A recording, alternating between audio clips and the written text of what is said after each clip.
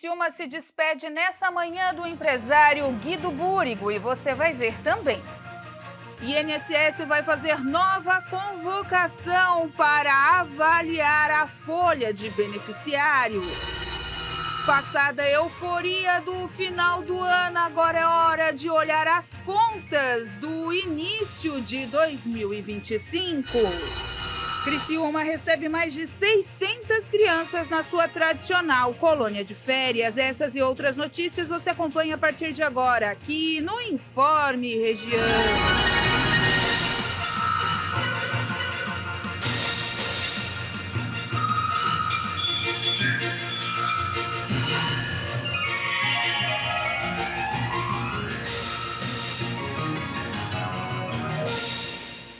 Olá, 1 da tarde, mais 15 minutos, estamos chegando com mais uma edição do Informe Região, nesse dia triste, né, para a região, 7 de janeiro, terça-feira, um dia ensolarado, mas ao mesmo tempo nebuloso para Criciúma, já que morreu um grande nome, uma grande personalidade da cidade, o empresário da área metal-mecânica Guido Búrigo.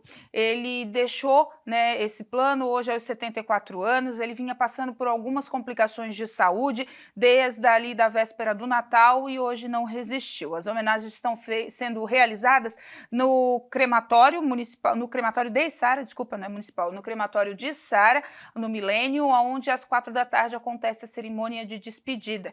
Várias autoridades e também várias entidades acabaram prestando sua última homenagem a esse grande empresário aqui da região sul catarinense. A Unesc, a SATIC, também a SIC, do qual Guido Búrigo foi presidente, inclusive o Criciúma Esporte Clube, do qual naquele momento ali de transição, após a mudança do nome do Criciúma, de Comerciário para Criciúma, aquelas transições todas de mudança de cores, Guido estava ali presente fazendo, né, esse meio de campo e nunca deixou o Criciúma Esporte Clube de lado. Então, portanto, hoje a região sul, né, se curva em homenagens a esse grande nome, esse grande empresário que nos deixa nesta terça-feira. E olha só, gente, mudando de assunto, passada a euforia dos consumidores, né, chegou a vez do comércio repetir a estratégia de todo o começo de ano para manter o faturamento em alta. Muita gente sabe que os preços vão baixar, tanto que quem compra também quer vender e no final dá tudo certo. O início de janeiro marca a temporada de liquidações no comércio, com lojas varejistas, supermercados e shoppings oferecendo descontos de até 80% para atrair consumidores. Esse período de promoções é estratégico para o setor, já que o movimento tende a diminuir após as festas de fim de ano. De acordo com a Federação do Comércio de Bens, Serviços e Turismo do Estado de São Paulo, o mês de janeiro costuma ser o mais fraco para o comércio. Por isso, muitos lojistas aproveitam a oportunidade para queimar estoques, especialmente de produtos sazonais, o que contribui para o faturamento do mês. Em 2024, por exemplo, o comércio movimentou 104 bilhões e meio de reais em janeiro, bem abaixo dos 139 bilhões registrados em dezembro. Embora as promoções sejam tentadoras, especialistas alertam para os riscos de endividamento, especialmente em um mês repleto de despesas fixas, como IPVA, IPTU e material escolar. Para evitar problemas financeiros, especialistas recomendam um planejamento prévio. Antes de comprar, revise o orçamento e considere as despesas já previstas para o início do ano. Além disso, evitar parcelamentos excessivos e fazer uma boa pesquisa de preços para conferir se os descontos são reais podem auxiliar na hora das compras. Os consumidores devem estar atentos também aos gastos financeiros recorrentes em suas vidas, como as compras de mercado, por exemplo, antes de assumirem novos compromissos. 1 da tarde, 19 minutos. Olha só, gente, a Novo Nordisk, farmacêutica dinamarquesa, que se popularizou no mundo pela produção da Ozempic, está tentando convencer o governo brasileiro a mudar a lei de propriedade industrial e estender o período de vigência das patentes dos medicamentos para compensar a demora para obter autorização de vender aqui no país. Pela proposta, os laboratórios poderiam estender o período de vigência das patentes dos remédios que produzem com base no tempo que demoram para obter autorização do Instituto Nacional de Propriedades Industriais, o INIP. A patente garantiria exclusivamente a fórmula, impedindo que diversos laboratórios produzam o mesmo medicamento até oferecerem preços mais baratos. No caso, toda essa repercussão é só por causa dele, do Ozempic. A vigência vai acabar em 2026 e muitos prefeitos prometeram nos seus palanques a distribuição desse medicamento sendo genérico para a população que, claro, precisa, principalmente os diabéticos e quem está com obesidade mórbida. Mas o genérico só vai poder ser obtido, fabricado no Brasil, depois da quebra da patente. A patente vale por 5 anos e a Novo Nordisk está desesperada querendo estender aqui no Brasil, porque o mercado realmente está inflamado em busca desse medicamento. Só que, por enquanto, o governo brasileiro não se manifestou. E olha só, o novo salário mínimo de R$ 1.518, que entrou em vigor agora dia 1º de janeiro, vai trazer à tona importantes discussões sobre os impactos nas contas públicas e também, claro, na economia brasileira. Com o novo ajuste do salário mínimo de 7,5%, saindo de R$ 1.412 para R$ 1.518, diversos benefícios sociais e serviços que utilizam o piso nacional como referência foram alterados. O aumento altera valores do abono salarial PIS/PASEP, benefícios do INSS, benefício de prestação continuada, seguro-desemprego, cadastro único, seguro-defeso e das contribuições mensais dos microempreendedores individuais. No caso do PIS/PASEP, os valores agora variam de R$ 126,50 a R$ 1.518, dependendo do número de meses trabalhados. Em 2025, o cronograma de pagamentos inicia em 17 de fevereiro para nascidos em janeiro, encerrando em 29 de dezembro. Ao todo, mais de 30 bilhões de reais devem ser entregues a cerca de 25 milhões de trabalhadores. Já o INSS conta com mais de 40 milhões de pagamentos mensais, dos quais cerca de 28 milhões equivalem a um salário mínimo. O reajuste afeta aposentadorias, auxílio-doença e pensões por morte. No caso do benefício de prestação continuada, o BPC, voltado a idosos a partir de 65 anos e pessoas com deficiência em situação de extrema pobreza, o benefício passa a ser um salário mínimo. Além disso, regras mais rígidas entraram em vigor, como a obrigatoriedade de cadastramento biométrico e atualização cadastral bienal. O seguro-desemprego, calculado com base na média salarial, vai ter como piso o novo salário mínimo. Já para os trabalhadores intermitentes, que são pagos proporcionalmente, os valores de referência passam a ser de R$ 55,20 por dia e R$ 6,90 por hora. Os limites para inscrição no cadastro único também foram reajustados. A renda mensal por pessoa agora deve ser de até R$ 759, enquanto a renda familiar total para ser elegível passa para R$ 4.554. No caso do seguro-defeso, o benefício pago a pescadores artesanais durante períodos de reprodução das espécies também foi atualizado para um salário mínimo. As contribuições mensais dos MEIs também subiram, com o valor do INSS fixado em R$ 75,90, equivalente a 5% do salário mínimo. Já as ações em juizados especiais, em que o teto é calculado com base no piso nacional, tiveram seus limites aumentados para mais de R$ 91 mil no âmbito federal e mais de R$ 30 mil nos juizados cíveis. A sanção do novo salário mínimo ocorreu em 27 de dezembro pelo presidente Luiz Inácio Lula da Silva. O reajuste segue uma nova regra estabelecida no pacote de corte de gastos, limitando o crescimento real do mínimo a até 2,5% acima da inflação entre 2025 e 2030. O aumento deste ano foi calculado com base na inflação acumulada pelo Índice Nacional de Preços ao Consumidor e no crescimento do PIB de 2 anos antes. Uma trava de 2,5% resultou em um valor aproximadamente R$ 10 inferior ao que seria aplicado sobre as regras anteriores. A medida tem o objetivo de equilibrar as contas públicas, respeitando a regra fiscal que permite um crescimento das despesas entre 0,6% e 2,5% acima da inflação. A seguir, pesquisadores brasileiros estão em busca de embalagens sustentáveis.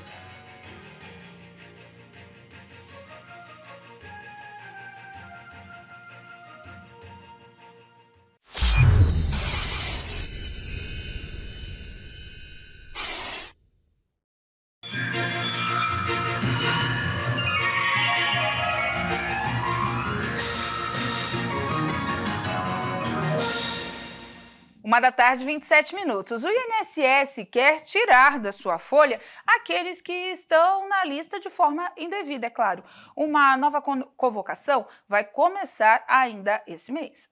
O INSS anunciou a revisão de aproximadamente 802 mil aposentadorias por invalidez, agora chamadas de aposentadorias por incapacidade permanente. O procedimento previsto em lei vai ser direcionado aos beneficiários que não realizam perícia médica há mais de 2 anos. Com isso, o governo federal pretende reduzir despesas com benefícios pagos de forma indevida. A expectativa é de uma economia de 10 bilhões de reais com corte de pagamentos irregulares. Apesar da medida, o INSS ainda não divulgou a data oficial para o início das convocações, com previsão para começar em março. Os convocados vão ser informados por diferentes canais, incluindo mensagens no extrato bancário, site ou aplicativo Meu INSS. Antes disso, o Instituto deve publicar as regras detalhadas do processo, como ocorreu em 2024 com revisões do Auxílio-Doença e do BPC. Entre agosto e dezembro de 2024, o pente fino no Auxílio-Doença levou à realização de quase 600 mil perícias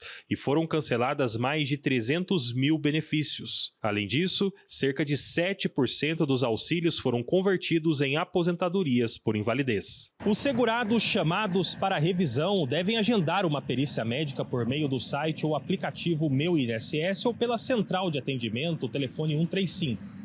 Se houver corte do benefício, o segurado pode recorrer ao INSS ou entrar em ação judicial. É importante apresentar documentos atualizados que comprovem a incapacidade, como laudos médicos, exames e atestados com classificação internacional de doenças, chamada também de CID. A legislação protege determinados grupos de segurados, como aqueles com mais de 55 anos que recebem um benefício há pelo menos 15 anos, pessoas acima de 60 anos conforme o Estatuto do Idoso e aposentados por incapacidade permanente devido ao HIV. O benefício de prestação continuada, que paga um salário mínimo a idosos e pessoas com deficiência de baixa renda, também estão sob análise. É estimado que os pagamentos indevidos do BPC representem um custo superior a 14 bilhões de reais por ano. Para 2025, o orçamento do BPC deve alcançar mais de 118 bilhões. Aproximadamente 1 em cada 3 das concessões é dada por decisões judiciais. 1 hora e 30 minutos. Olha só, gente, a preocupação com o impacto ecológico do descarte do plástico tem impulsionado pesquisadores que aliam sustentabilidade à inovação. Uma delas é conduzida por pesquisadores do Instituto Macromoléculas da Universidade Federal do Rio de Janeiro, que querem transformar o mercado de embalagens a partir de alimentos como linhaça, alho, pimenta e chia. A ideia é produzir bioplásticos com compostos bioativos extraídos de alimentos funcionais e que se degradam em questão de meses.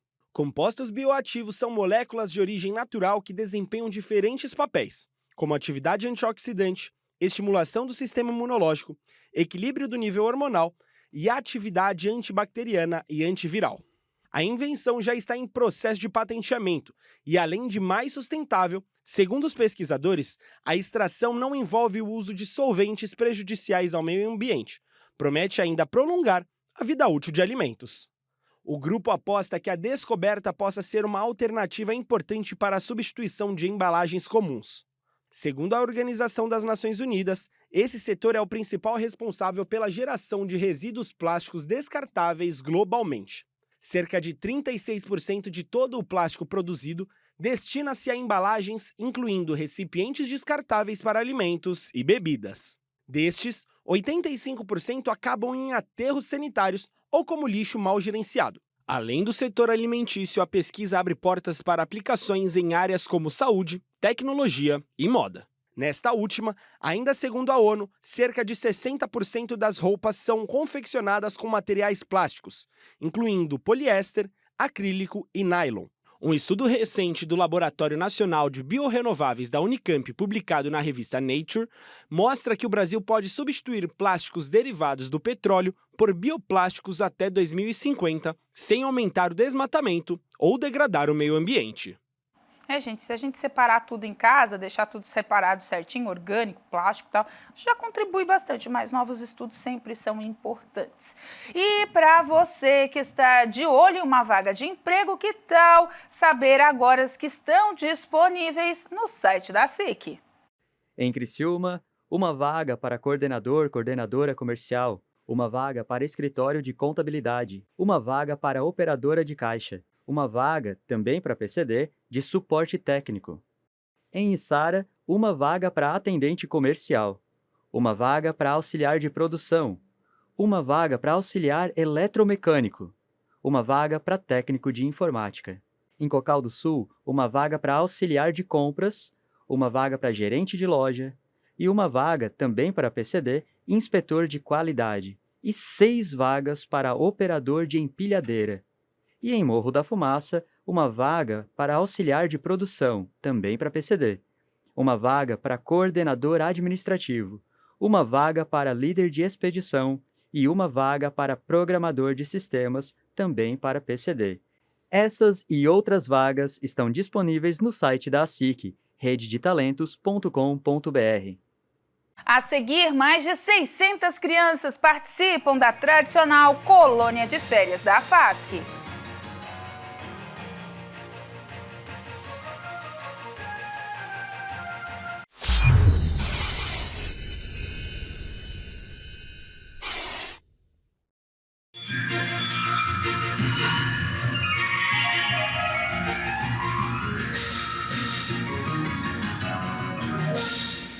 Uma da tarde, 37 minutos. Gente, o mês de janeiro também é o mês de cuidados com a saúde mental. A gente lembra de setembro, né? Mas janeiro também. Por isso, especialistas trabalham fortemente o tema. Quase 10% da população brasileira sofre com transtorno de ansiedade. É o que aponta o Instituto de Psiquiatria da USP. Consumo excessivo de álcool, compras de maneira exagerada, mudanças rápidas de sentimentos e humor, falta de concentração e sensação de cansaço constante são alguns dos sintomas que mais afetam os brasileiros e um alerta de que a saúde mental precisa de cuidados. Diante desse cenário, há mais de 10 anos acontece o Janeiro Branco, uma iniciativa criada pelo psicólogo Leonardo Abraão em 2014, com o intuito de convidar a sociedade a refletir, dialogar e agir em prol do bem-estar emocional. Em 2025, o tema nos convida a tomar uma atitude imediata. O que fazer pela saúde mental agora e sempre? A campanha é um movimento que deu tão certo que desde 2023 é reconhecida oficialmente como lei federal. A ideia do projeto deste ano é fazer com que pessoas, famílias e empresas apoiem ações reais que estimulem a valorização da saúde mental como prioridade coletiva. Sendo assim, diversas cidades do Brasil oferecem palestras, rodas de conversas, caminhadas, além de contar com especialistas como psicólogos, médicos e terapeutas. Saúde mental sempre, né, gente? A gente cuida do corpo, mas da cabeça faz parte do pacote, tem que cuidar também. E olha só, os moradores de Içara que optarem por pagar imposto predial territorial urbano, famoso IPTU, em cota única, têm até o dia 14 de março para realizarem a quitação. Nessa modalidade, o desconto é de 5%, mas pode chegar até 10%, caso o contribuinte esteja em dia com o município. Eles poderão dividi-lo em até 5 vezes, caso precise, né? Com a primeira parcela também programada para o terceiro mês do ano. Também, né, o IPTU contribui com o desenvolvimento da cidade e o boleto já está disponível no site da Prefeitura Municipal de Içara. O contribuinte pode acessar utilizando a matrícula do imóvel ou o CPF de quem é o proprietário, né? Quem optar pelo atendimento presencial pode ir ao setor de arrecadação no Paço Municipal Ângelo Lodete, de segunda a sexta, das 7 da manhã às 5 horas da tarde. Agora começou só notícia boa, IPTU, pagamento, IPVA.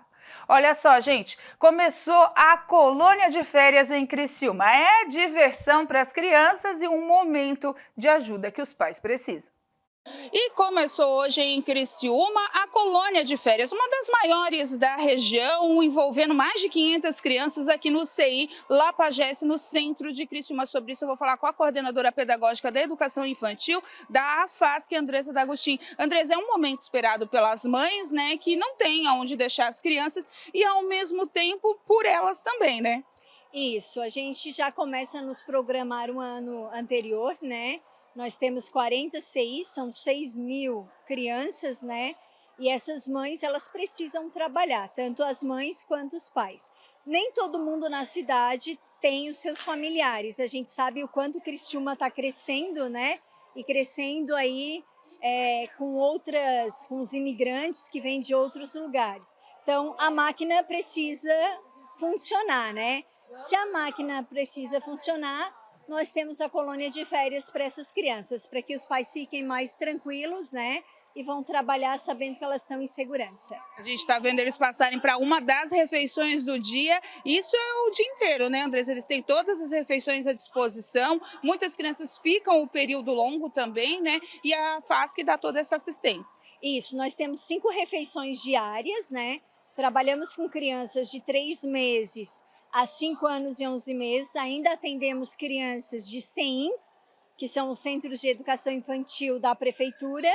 Então, elas têm, além da alimentação, né, que muitas não têm em casa, também tem essa diversidade de estar o dia todo trabalhando mesmo, não pedagógico, aquilo que a gente faz no ano letivo, mas se divertindo, porque a professora aqui, ela está para dar amor, para dar carinho, para dar diversão, para estar no chuveirão, né? É as férias e diversão. É isso que a gente propõe. O chuveiro é um momento dos mais esperados. Andressa, só para deixar contextualizado para os pais, que porventura não conseguiram vaga agora, mas eles ainda podem conseguir, algumas pais podem desistir no meio do caminho. Como é que fica essa lista, se é que tem uma lista de espera? O que acontece? Nós fechamos com 693 crianças, mas nós sabemos que alguns pais, eles não estavam de férias, mas podem entrar, né? Então, a gente faz a contagem semanalmente. Se houver desistência, esse pai pode procurar o Lapagesse ou somente no WhatsApp e colocar na fila de espera. Abrindo uma vaga, né, a gente vai chamar quem está na sequência. Mas, assim, é bastante difícil. É bem difícil abrir. Abre aí entre até 10 vagas.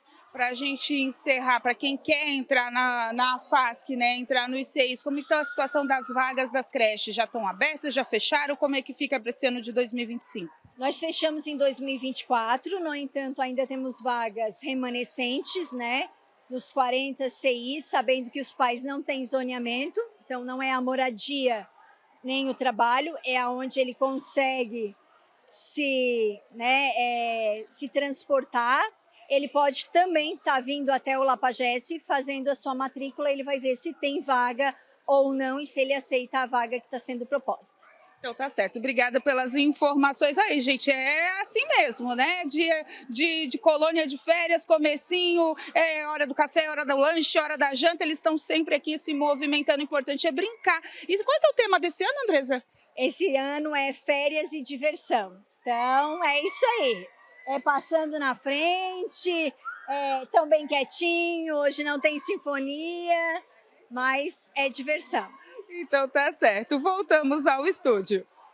É isso, gente, é uma festa só, né? Quando eles chegam, tem aquele chorinho básico que tava ali com o pai, com a mãe, com a avó, com o Dindo, enfim. Mas depois eles se acostumam, tem o tradicional banho do chuveirão para os mais velhos ali durante a colônia, tem muita brincadeira, diversão e, é claro, com todo o carinho e toda situação que a FASC promove, né? Eu fui mãe, a FASC, como a gente brinca, e sei do carinho, do cuidado que essas crianças recebem. A colônia é uma grande realização, como disse a Andressa, esse ano mais de 600 crianças, é muita gente localizado lá no Lapagesse. Começou, ó, gente, há 4 anos eram 450 crianças. O ano passado eram 500, esse ano 620 e poucas crianças, é muita gente. Antes da gente encerrar, 1h da tarde, 44 minutos, falando um pouquinho de futebol, Copa São Paulo de Futebol Júnior, o Criciúma está classificado para a segunda fase, né? Venceu o último jogo de virada, o jogo sofrido também, meu Deus do céu.